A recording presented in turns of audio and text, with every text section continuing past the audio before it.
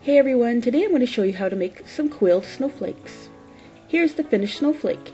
It can be used as a decoration for a card, for scrapbooking, or even you can put a piece of string on it and use it as an ornament. And that's what I did this year and sent quite a few cards out. First I'm going to show you how to make the basic shapes to make the snowflake. The first shape you need is called a Marquise. You take a strip of paper and you coil it on the quilling tool. You pull it off, let it uncoil slightly into the right size that you want. There's the coil, and then you glue the end down. And then squeeze both ends to make an oval shape. Pinch the ends. Now I'm showing you with large paper here just so that you can see how to make the shapes.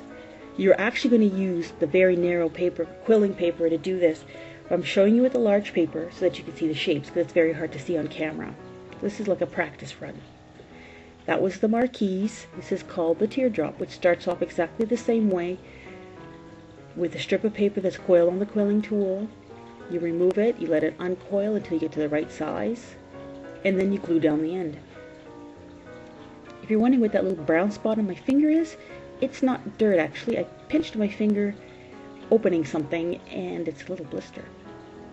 This glue is fantastic. It's from the quilling company where I bought the paper, and it has a needle tip on it, which just gives you a tiny bit of glue. It's perfect. If you have the chance to buy it, go ahead. So after you coil it, you pinch one end to make a teardrop shape. Very simple. The next one is called a V-scroll. You take your strip of paper, fold it in half,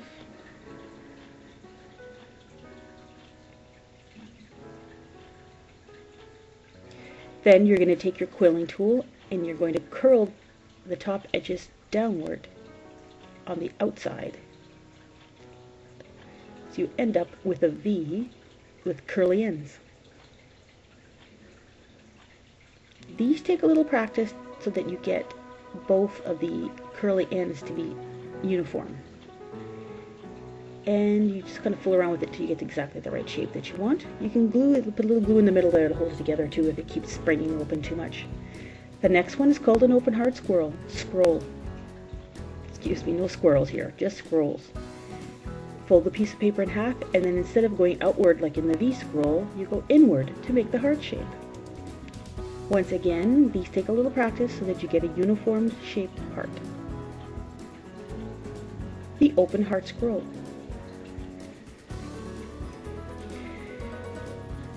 Now I just want to show you here that when you're done with all the shapes, you're going to be putting glue on, and you're going to be gluing them together using the pattern that was given to you, or the pattern that you make on your own.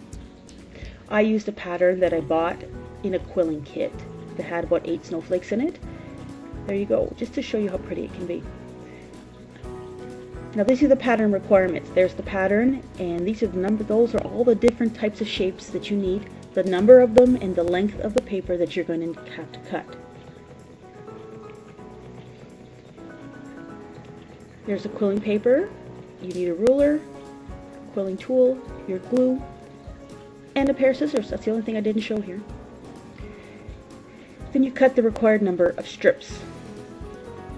And I cut them 3 or 4 at a time, just to save time. I like to cut all my paper ahead of time as well, before I start using the quilling tool.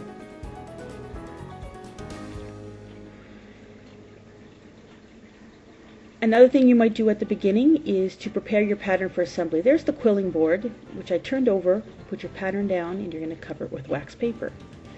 Now what you're going to do after you finish your quilling shapes, you're going to assemble them and glue them together onto the pattern boards so you can see where everything goes. And then also the glue will release very easily from the wax paper.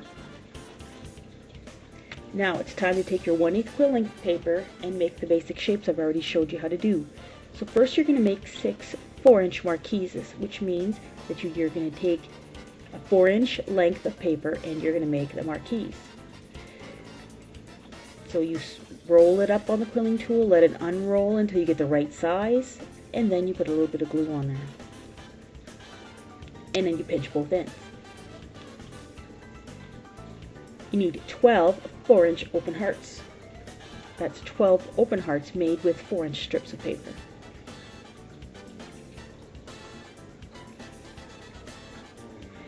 Now, if you want to get uniform size Marquises, when it uncoils you're not sure it's the right size, the quilling board itself has little circles on the back, like I showed you, and those you can actually use to make sure that they're all uniform.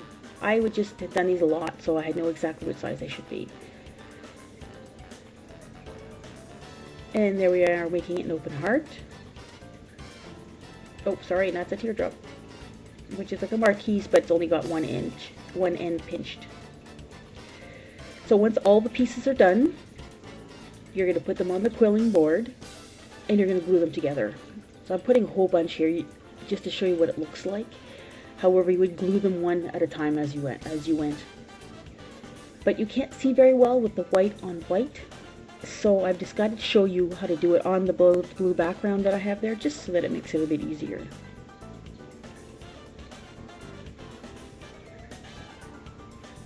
And here you go, I'm going to assemble it following the pattern on the paper. One thing you also can use to help you out here are tweezers. If some of the pieces are a little bit too fussy to move around with your big fingers, you can just use tweezers. Also, you may find if your heart scrolls or your V scrolls have come undone, you can just recurl them and tighten them up a bit so that they're the right size.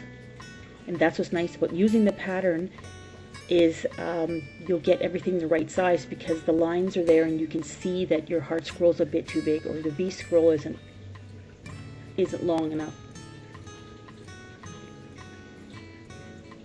So I'll let you watch the assembly.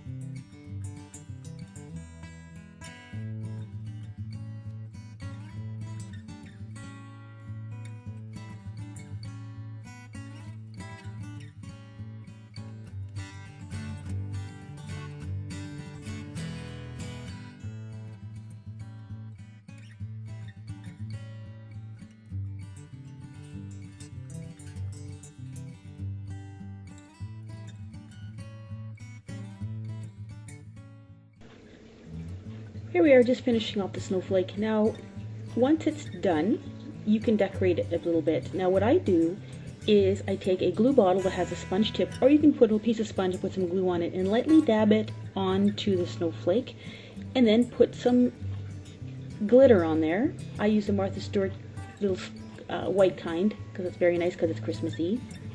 And then you can do both sides if you like, let it dry. You can use it as an ornament. If you want to see what it looks like on a card, I'll put a couple of video links in the description box so you can take a look at the finished product.